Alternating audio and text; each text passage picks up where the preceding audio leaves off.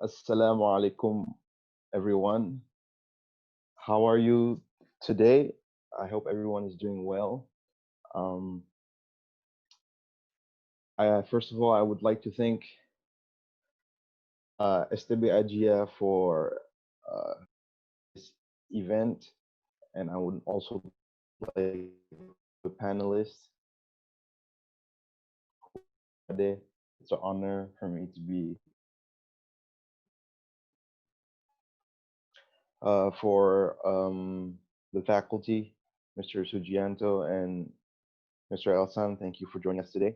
And for everyone who is participating, it's an honor for me to be here.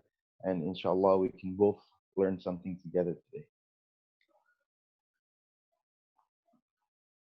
Okay.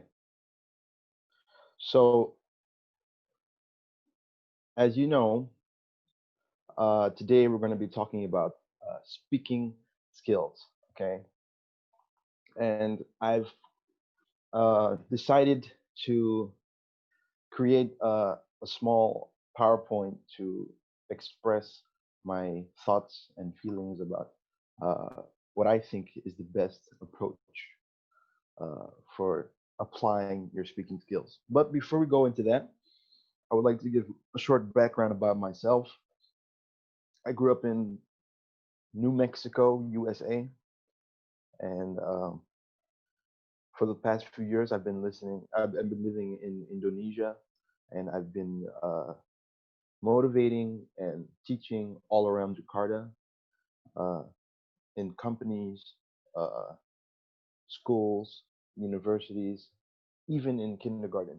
So I've accumulated all of the information that I've gotten so far throughout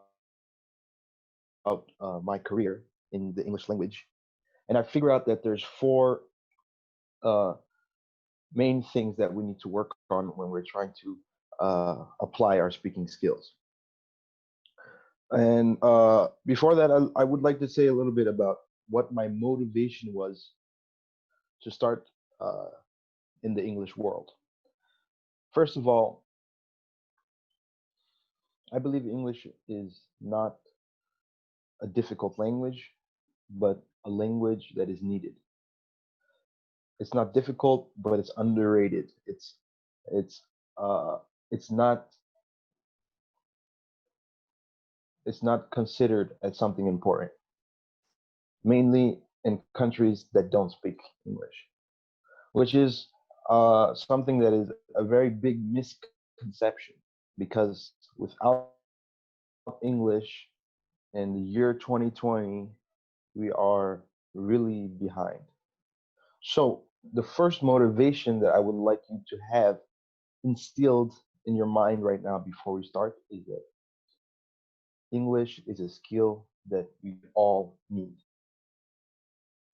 That's most important. If you realize that, then inshallah, you'll be able to receive and accept everything that we learned together today from my PowerPoint and also Mrs. Ade. So let's start. Bismillah. Okay. So I've divided speaking skills into four methods: personality, no, four things: personality, awareness, method, and application. Okay. And if you follow these steps of these four things, it doesn't have to be in this order, but these four things, inshallah, you'll be able to grow faster in achieving what you want in the English language. Personality. So, as we know, all speaking is public speaking, whether it's to one person or 1,000. All speaking is public speaking.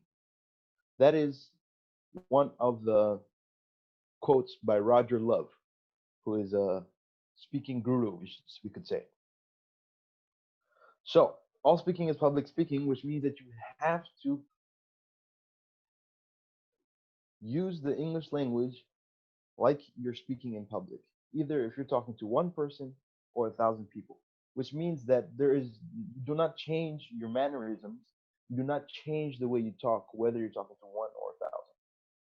You still have to have the same amount of confidence, the same amount of clarity, and everything.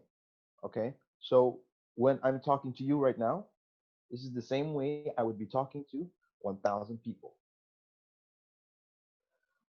That's the mindset we have to have. So what does that mean? We have to have good posture.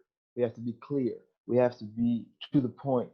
We have to say what is necessary and say it in a manner and in a way that everyone understands. That's the mindset you have when you're speaking in front of an audience. That same mindset you should apply when you're speaking one on one or to a small group, just to friends or whoever it is. Now, what I think was the most important part, number two, was the most important thing about personality is confidence. Okay, as we know, fact shows that glossophobia, 75% of people are scared to speak in public, mainly. Now, if you're able to overcome this glossophobia that 75% of the people in the world have, automatically, number one, all speaking is public speaking, you are applying. So confidence is most important. How do you build your confidence? You have to have self-esteem and you have to have a vision. You have to know why you're speaking. All right. Self-esteem is you need to know that you're here to learn, you're here to create something, you're here to gain something. There's no such thing as being afraid of losing, afraid of shame if you're going to learn. Okay. So that's the mindset that you have to have. Mindset that you are not afraid of judgment. You're not afraid of people thinking that you're not good enough. You need to clear this out of your head and make sure you focus on what your goal is. What is your goal? Your goal is to be able to speak and your goal is to be able to say what you want to say and know how to say it. So, confidence is very, extremely important. Number three, we have braveness, not cracking under pressure and willing to fail. Okay? So, when you are brave and you want to speak up, you want to speak out, and you're willing to fail, that is exactly when you will succeed. If you're in a classroom, for example, and you speak up in front of the class to your lecturer or to your teacher, and you make a mistake,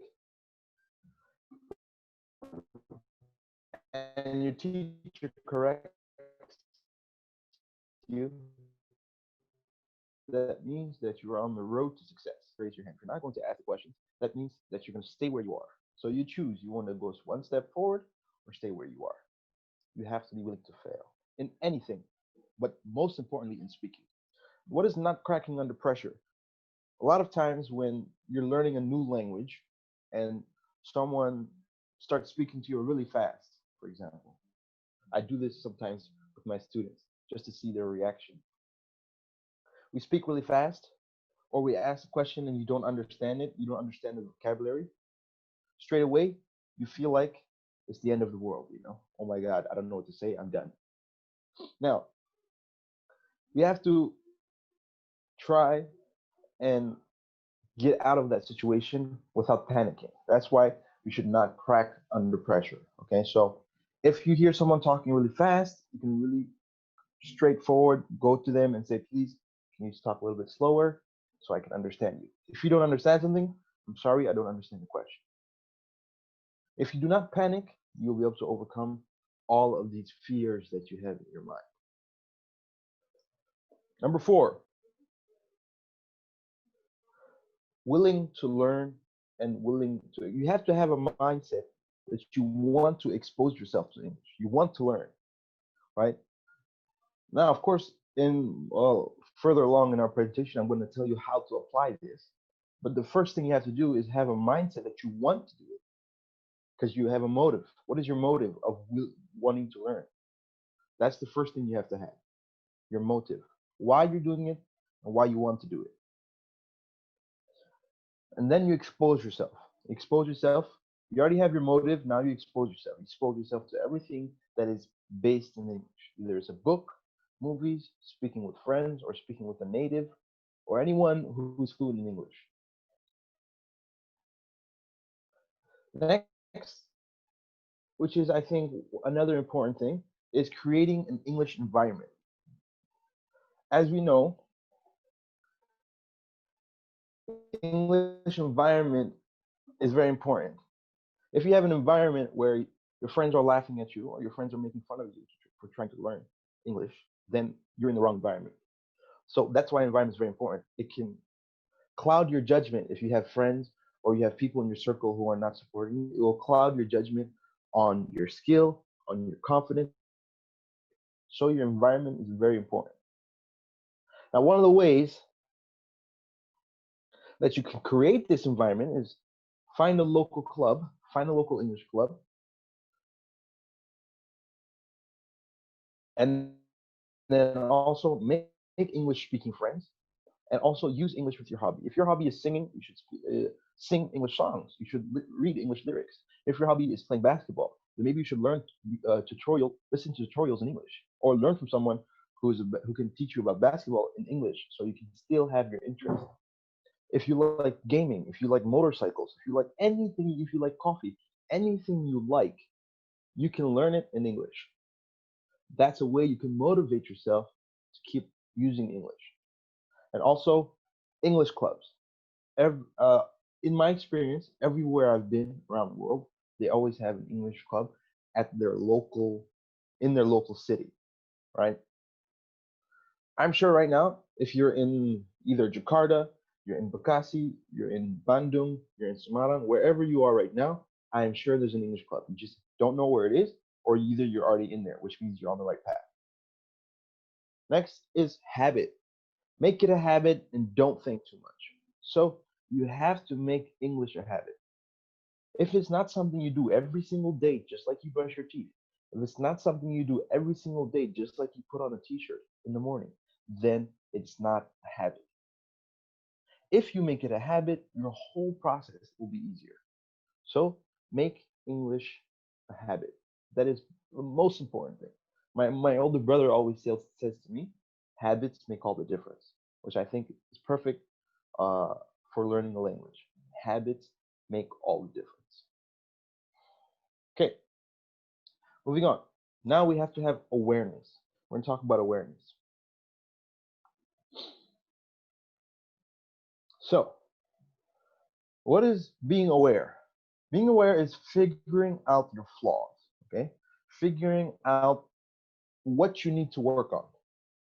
What are you lacking in the English language? That's the first thing you have to do. After you figure out your flaws, you try and get the best education to fix these flaws. The only You can always get judgment from people saying you can't do this, you can't do that. But in reality, you know what your flaws are. So, getting the best education. Now, a lot of people underestimate this. They think that English is because language is such an applicative thing, everything you have to do is with applying it. They think that education is not important, but it is. Okay, you can learn English by speaking to an American for 1 year, or a native from an English speaking country for 1 year. You can do it, but you're gonna have grammar all over the place. You're not gonna understand everything you're saying, and you're only going to maybe the best thing you're gonna gain is pronunciation. I have a friend who is not uh, an English speaker, got married into my family, and spoke English with us as a family almost every day. And now he can speak English. But he doesn't understand grammar. He doesn't understand structure. He doesn't understand why he's saying what he says. And he has an accent that came out of nowhere. It's like mixed with his local accent, mixed with an American accent, mixed with a British accent. So it was going all over the place because he didn't have awareness of what he needed to do. Now, we should get the best education. If you can put the time into it, go to higher education, get the education that you need. How do you get the best education? The best way to judge if a place has good education or not is, are they helping you apply the language? They can be telling you theory, they can be telling you the methodology, they can be telling you everything about it, but are they giving you the access to apply the language? Are they providing you access to apply the language? Are they providing you programs that are going to help you apply the language? Are they providing people that are only focusing on helping you apply the language? So if you have a university that can help you apply the language, then you're at the right place. Okay? Moving on. Method. Now, you have to have a method for everything you do. And I think the method for speaking English and speaking skills, first thing is vocabulary. Okay? So learn new words. You can learn new words by reading. Uh, if it's too difficult, learn 1 or 2 words every day. That's enough. As long as you understand what it means and you know how to use it.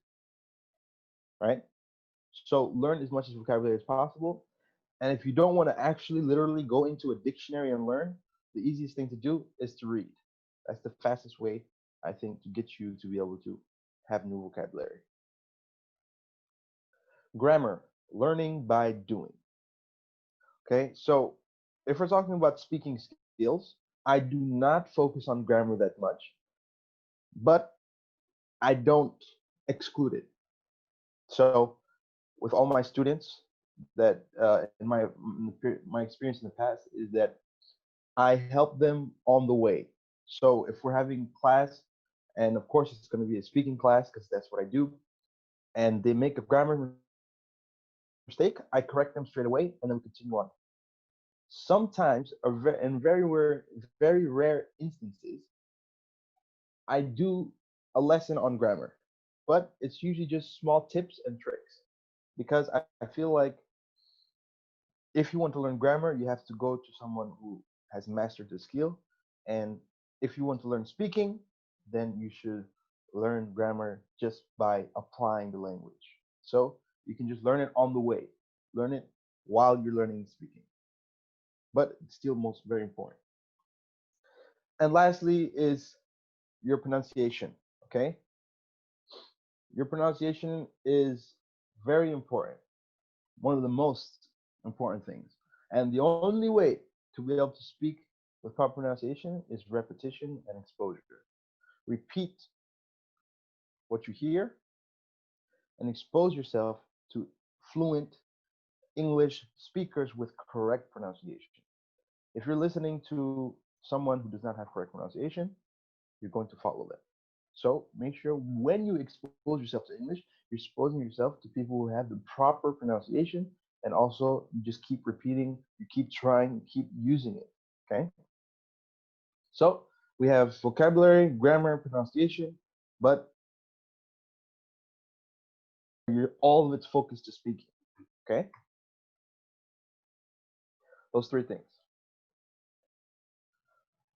Okay. Now we've come to application. When you're speaking, it's very important that your tone, that you pay attention to your tone. You know your voice. You know how you sound. You know how you sound, and you know when to pause and when to start, and you know that where, again, back to your flaws, what you are lacking, and how you can practice the words that you need. Okay, so knowing your voice is, do you sound polite? Do you sound commanding? Do you sound weak? These are the things that you have to ask yourself when you're speaking. Me right now, do I sound like I'm being commanding? Do I sound like I'm being rude? Do I sound like I'm polite? Do I sound like I'm not sure about myself? Do I sound confident? These are the questions that you have to ask yourself. If you're speaking, for example, yeah, I don't know, I think I'm doing good today. I'm not sure, but we are automatically know you don't have confidence. So you must know your voice. You must speak up.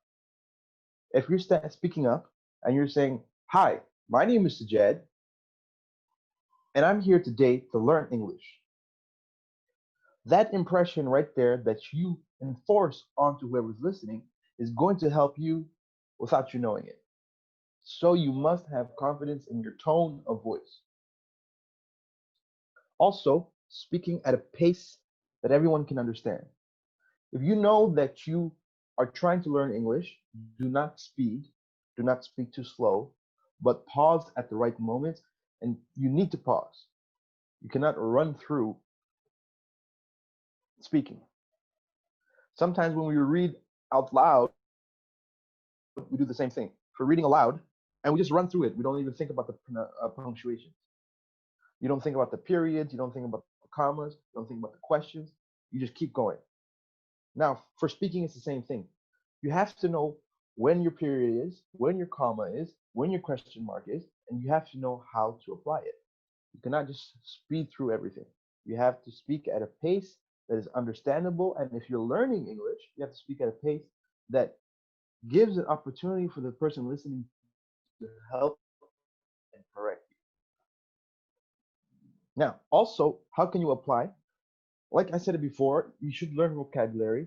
You should read. You're going to find out new things. You're going to learn new things. Practice them. Use them. Apply them when you're speaking.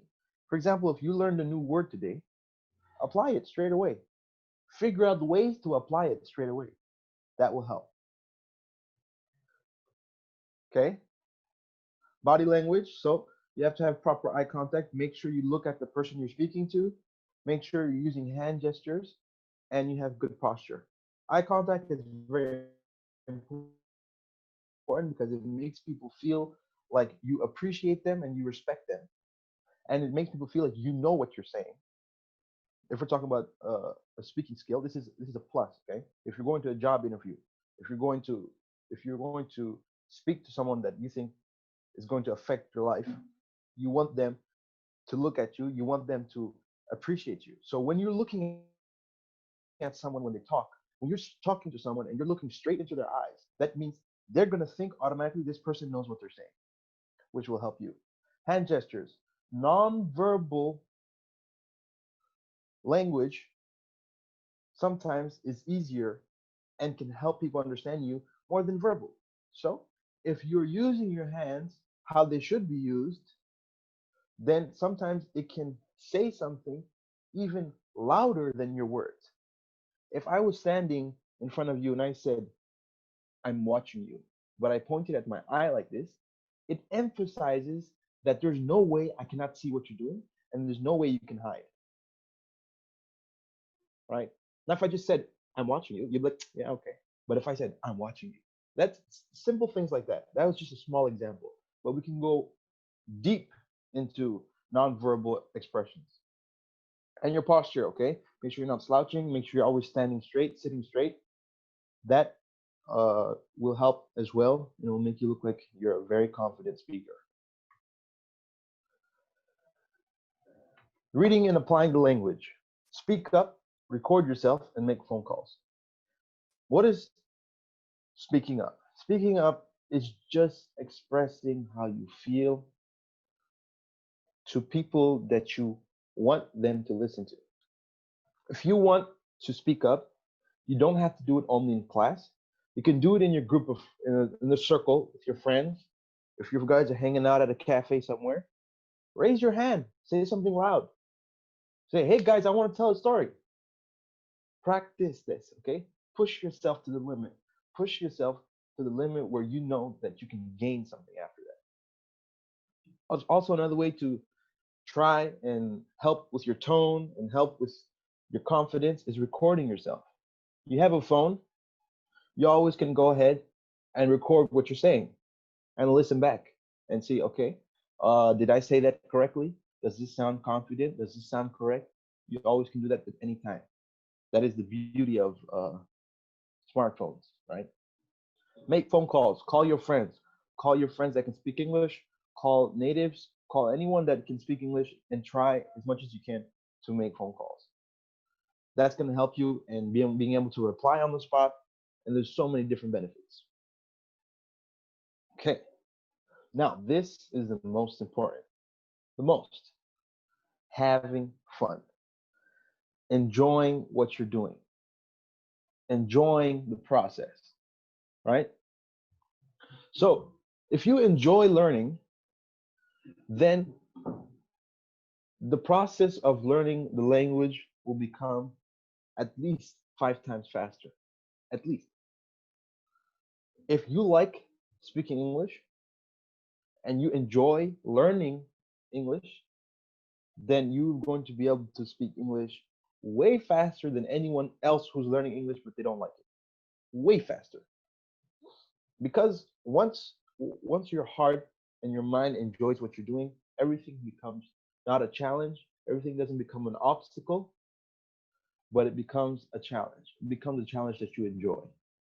Instead of you seeing a speed bump in the road, you see a hill where you can fly over it. So enjoy what you do. If you don't enjoy English, if you don't enjoy learning English, my suggestion for you is not to learn it. But if you do enjoy it, you do love the language, it will become a habit. You will be able to apply it, right? And also, one of the ways you can trigger this enjoyment is by using topics that interest you, right? If you like, uh, let's say you like comics, right? You like comics, you like superheroes. There's so much stuff you can read about in English. There's so much stuff you can listen to in English if you like superheroes. If you like music, if you like arts, if you like writing, if you like fashion, anything that you like, you can do it in English. That's the way you can trigger your enjoyment. If you're saying, I think that grammar is too much pressure. I don't want to read about, Einstein, it's too much pressure. Okay, just read a blog, read an Instagram post, read a tweet even. It's okay. Read what interests you. Okay. You do not have to box yourself in the method and only one method of learning. There's so many methods of learning. So you can, and also for teachers as well, do not box yourself as you only can teach English like this way. You only can teach from this book. You only can teach from that book. You only can learn from this person. You can only learn from that person. The only valid source is this person. A little kid can be a valid source if you know what they're saying, if you know how to understand and apply what they're saying. If you have a group of students or you are a student and you can find topics that interest you, then you're going to create a fun environment which will open up the students, which will make them able to learn a lot faster. So just have fun, guys. Relax. Don't pressure yourself. It's good to take breaks. It's good to enjoy breaks. If you're studying for 1 hour, take break twice in 1 hour for 2 minutes. Have a cup of coffee. Drink some hot chocolate. Enjoy your process, okay? There is no such thing as education becoming a burden. No such thing. Education is something that will help you mentally, it will help you physically, and it will help your future of you and also your kids. So enjoy the process. Be happy that you're able to have all the resources that you have. Maybe 50 years ago, 20 years ago, we didn't even have the internet and we weren't even able to go on YouTube or go on Google. So we're in an age where we're really lucky and we can do this very easily. So don't pressure yourself and have as much fun as possible. That's about it for me. I hope that you guys enjoy what I had to say, and if you have any questions, just please let me know. Thank you so much. Wassalamu alaikum warahmatullahi wabarakatuh.